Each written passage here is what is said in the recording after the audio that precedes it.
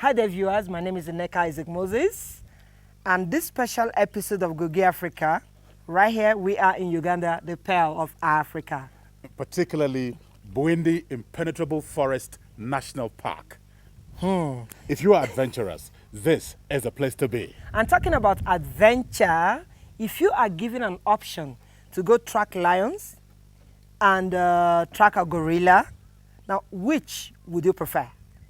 Well, I chose to go tracking the gorillas. Wow. So I say, you come with us to track the gorillas. Enjoy yourself. All right then.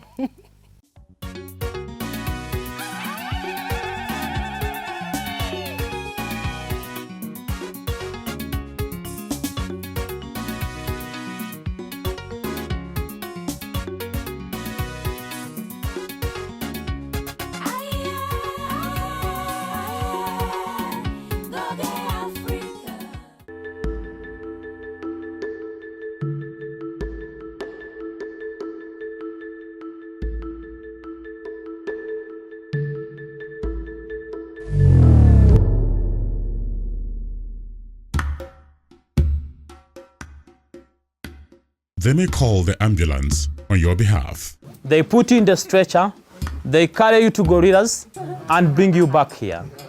You can be stopped by the forest.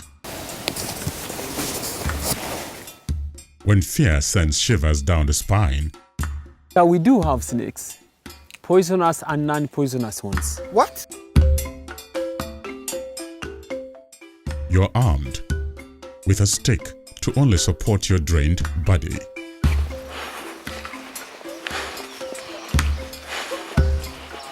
Now, to flee from your fears is never an option.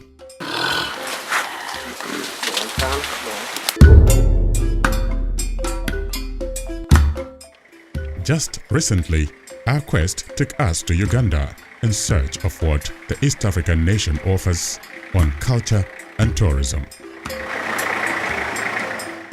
We toured around this land that prides itself as a pearl of Africa. Our quest led us to gorilla trekking adventure, which taps Uganda's wildlife conservation attractions. Also, this video, touched by a wild mountain gorilla with over 7 million views on YouTube, was reassuring. And so, we headed into the jungle to accomplish this once-in-a-lifetime adventure. Our destination was Bwindi Impenetrable Forest, a UNESCO World Heritage Site for mountain gorilla tracking, located in southwestern Uganda, along the border with the Democratic Republic of Congo. Bwindi Impenetrable Forest stretches about 331 square kilometers and is accessible only on foot. To begin our adventure, we arrived at the front office very early in the morning in the high-altitude, freezing weather for registration and the life-saving briefing. I'm wearing socks in my hands, by the way, because it's freezing cold here.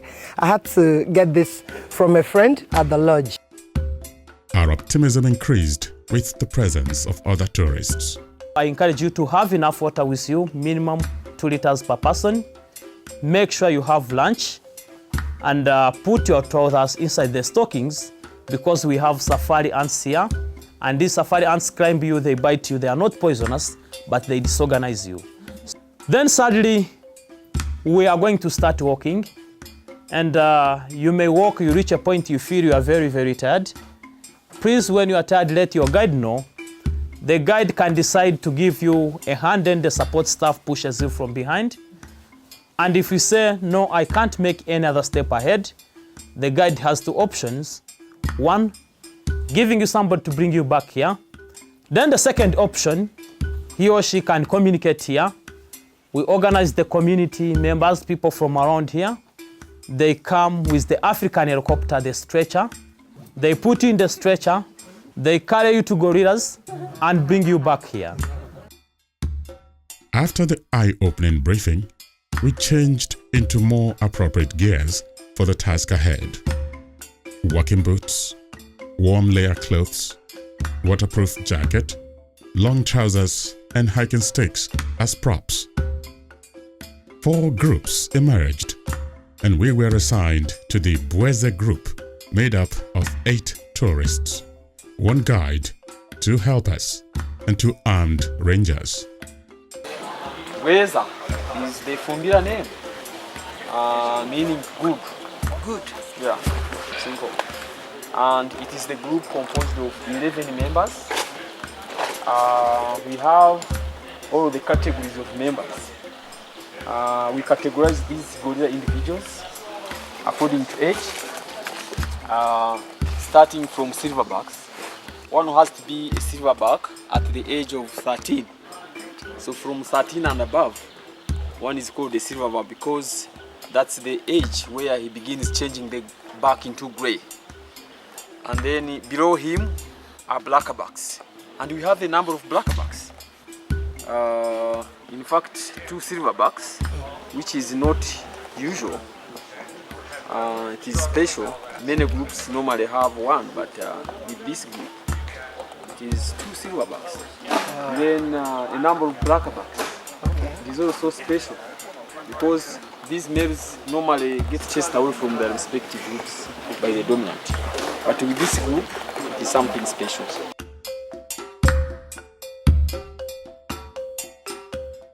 Now the trek has begun. We must maneuver the dense rainforest and bamboo-covered slopes in search of a mountain gorilla colony. Gorilla trekking is unpredictable. It is tedious, energy-sapping. A good physical condition is recommended.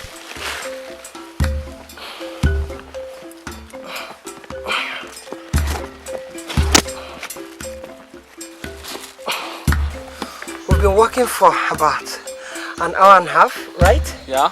And we're yet to find the gorillas. Wish me luck. Okay.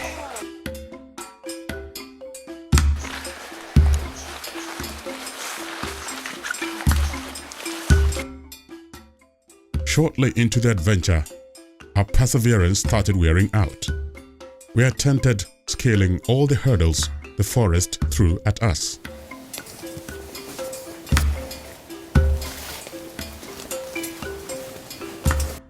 Finally, the quest got to its tipping end. Yeah, we do have snakes. Poisonous and non-poisonous ones. What? What colors are the poisonous ones? Do you want me to mention some of them to you? Yes, please. Do you and get tell me scared what of them? colors well, if they're poisonous, hey, yeah. All right. Okay, I will mention some. Okay. If you are happy and satisfied of them, then I will stop there. We have the green mamba, the black mamba. What? The black mamba. We have the puff adder. The puff adder. Yeah. The spitting cobra. Okay. Yeah, those are some of the... Okay. But do they sometimes like fall from the top of the tree? Sometimes we do. One time, I stepped over a spitting cobra. It was running down a hill to for water. So I was walking without knowing that he was coming. Yeah. So all of a sudden, I found it here, Jesus. just passing, and I was like paralyzed. I just stayed like this. And it passed? And he passed, yeah. But there was no harm. He was moving down.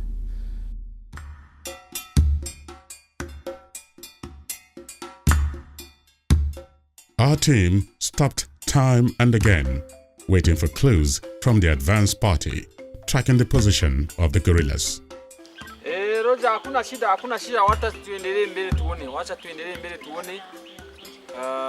Nitakufikia saa yoyote.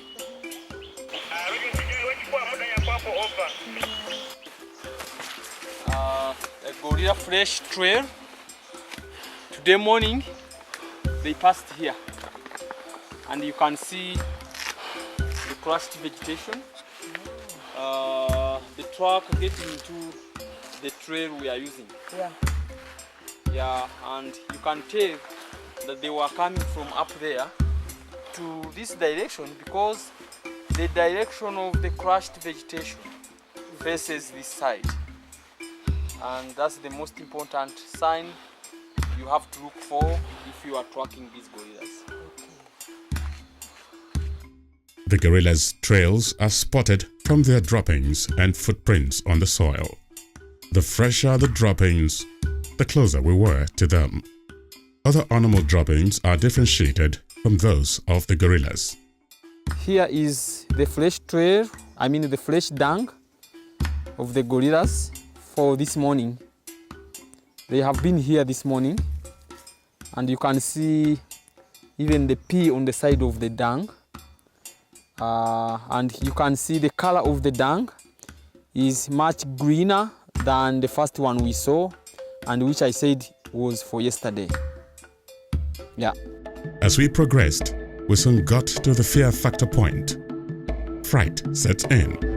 It was evident on the faces of everyone except the locals. After so much hesitation, we persevered. Every sign brought us closer to the primates, and suddenly the guide gathered us for what was termed the final briefing. From this point, we are going to the gorillas, and the contact distance will be 7 meters. 7 meters is equivalent to 21 feet, those who are used to feet. And you have to be very well organized, no sudden movements, no shouting, just enjoy the gorillas, right? If you want to talk, just whisper or at a lower voice. From then onwards, we communicated only in whispers. Gorillas are actually here. We're going to find them in a minute. Let's go. Even as the rowdy chants of the gorillas increased, it was a tense moment. Then came this encounter. No sudden movement. No sudden movement. Her action heralded the first sight of the mountain gorillas.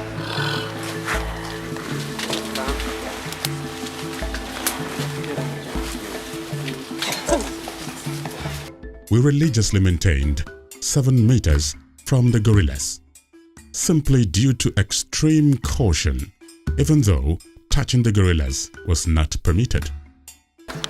We're right here in the middle of the jungle, and it's amazing. I've got silverback.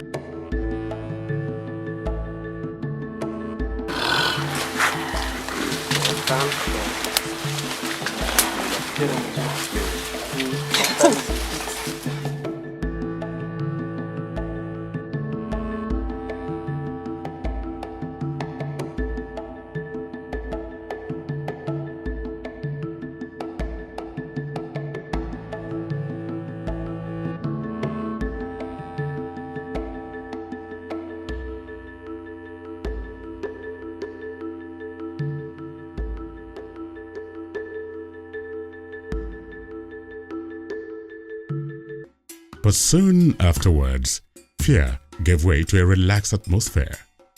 We started enjoying every bit of our adventure. Goge Africa! Yes! We sat around them for a whole hour while gazing into their big, round eyes as they demonstrate their organizational and territorial dominance. They are voracious eaters. Their favorite food seems to be bamboo tendrils and wild nuts. After the exceptional emotion of this experience, it was hard to say goodbye to the gorillas when our time was up. But we did not anticipate how hard it will be to leave the forest. The walk back is hard. The water break came handy. Although it was hard work getting there, nothing is as rewarding as a magical hour we spent with the gorillas. Okay, now we've seen the gorillas. I'm pretty satisfied. Oh, who knows what next? Now this is Goge Africa. Don't you go away. The awesome sight of the massive silverback will remain with us for a very long time. This is a once-in-a-lifetime experience every adventure seeker should include in his or her to-do list.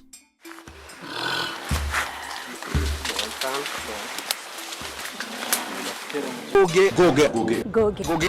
Goge. Goge Africa. Africa. Africa. Africa. Africa. Africa. Africa. Africa. Africa. Africa. Africa. It's the only thing I want to hear. It's the only thing I want to say. Goge Africa is for Africa and is about Africa. Goge Africa for Africa.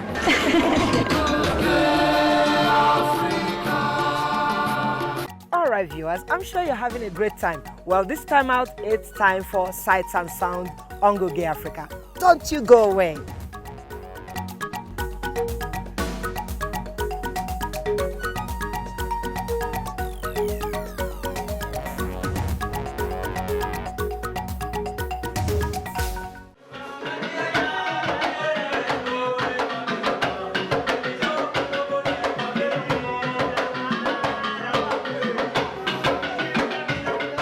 Katwe is a crater lake situated inside Queen Elizabeth National Park in Uganda, an internationally important area of the savannah that is home to a wide range of land animals, bird sanctuary in the Western Rift Valley.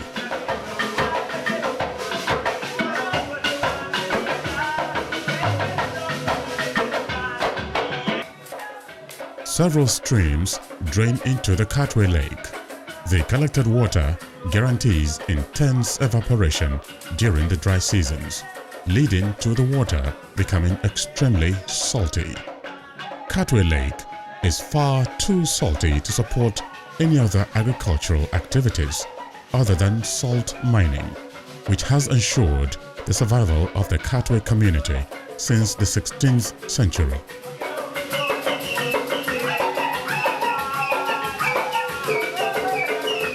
Right now I'm seated on bags of salt in a remote village here in Uganda because today we're bringing you up close with the business of salt making in Africa.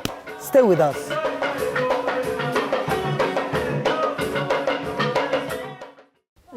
At the moment we are at Kaseny Salt Lake. The whole of this is Kaseny Salt Lake. So it is a crater lake, and it is where we get salt for using in our homes. Okay. Yeah, this salt, it is the one which is got from here. Okay. It is not yet processed. That's why it's brown. That's why it is brown. Okay. Yeah, they are still crystals, big crystals. Okay. So we get salt during dry season. Right now there is no work being done because it rained. It rained yesterday but one, so now there is nothing that can be done. During our tour of the lake, we saw workers at work under the equatorial sun, harvesting salt from its milky waters. Water stabilizing, they have to make sure that water stabilizes, and they leave it when there is sunshine. After sunshine, there is a cream-like thing that goes up. This cream is now salt. It was a busy sight as they crossed the mud walkways and disappeared into a traditional grass huts used as stores. To extract salt, the miners have constructed large semi-permanent pools around the edges of the lake to intensify the evaporation. These pools or salt pans are held together by sticks and mud. Salt extraction is done manually by men and women who stand waist or chest deep in the salty water for hours at a time. While deep in the water, they constantly churn out either blocks of rock salt, table salt, or salty mud. The salty mud is spread out and dried quickly in the intense equatorial sun before being bagged and sold to cattle farmers as salt licks for their cattle. The rock and table salt are bagged and sold to traders from across Uganda and as far as Congo and Rwanda as the main source of income for the Katwe community. The Katwe Lake remains a major tourist attraction in Uganda, as it will not cease to amaze visitors with its unique insight into the fascinating yet tough process of salt mining.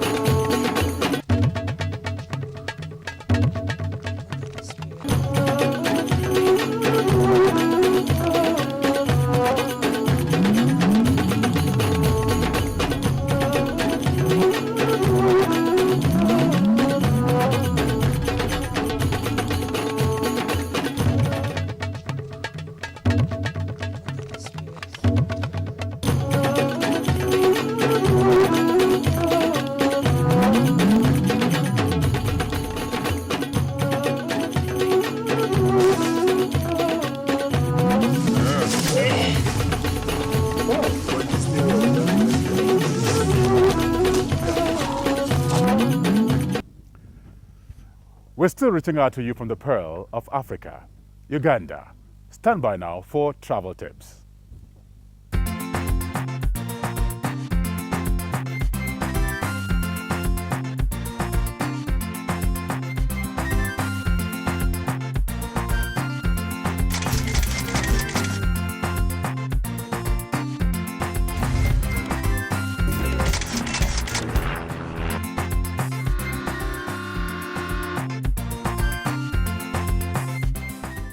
On Travel Tips, here is your guide to mountain gorilla tracking in Uganda.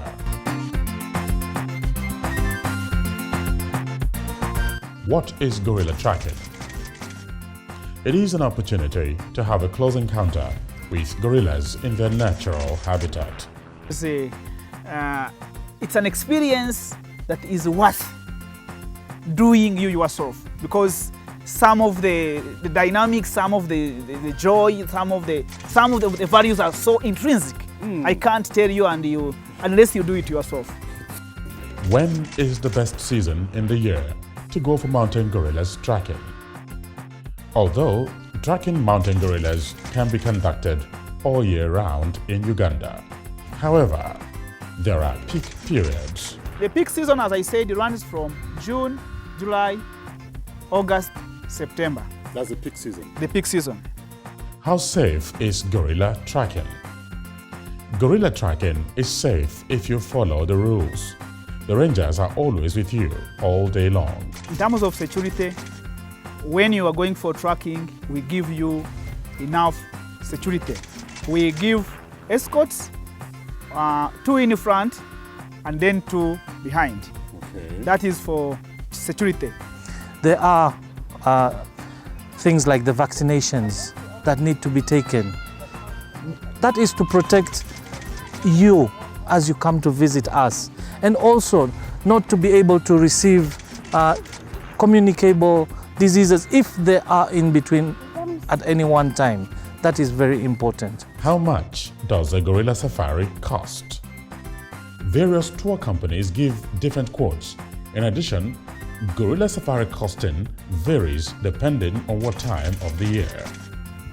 One pays $600 for foreign non-residents. Okay. And foreign residents pay $500, whereas East African residents pay the equivalent of 250 Ugandan shillings, which is around $80. How can one get a gorilla tracking permit? Sold permit for Bwindi National Park starts from $600. On a single day, nearly 72 people travel into Bwindi to see gorillas, and only 8 people are allowed to see a gorilla family. We have a time period for booking for permits for the primates, especially the gorillas. We have a time span of a minimum of 6 months to 2 years. That's the extended time. We don't do beyond that. But 6 months period. Why? Because we have a certain number of people a day that do the trekking of the gorillas, and that is 8 people per trekking. What to wear? Good quality walking boots, warm layers of cloth for the cold mornings, and clothing for wet weather are your best bet. So go accomplish this once-in-a-lifetime experience. Bon voyage!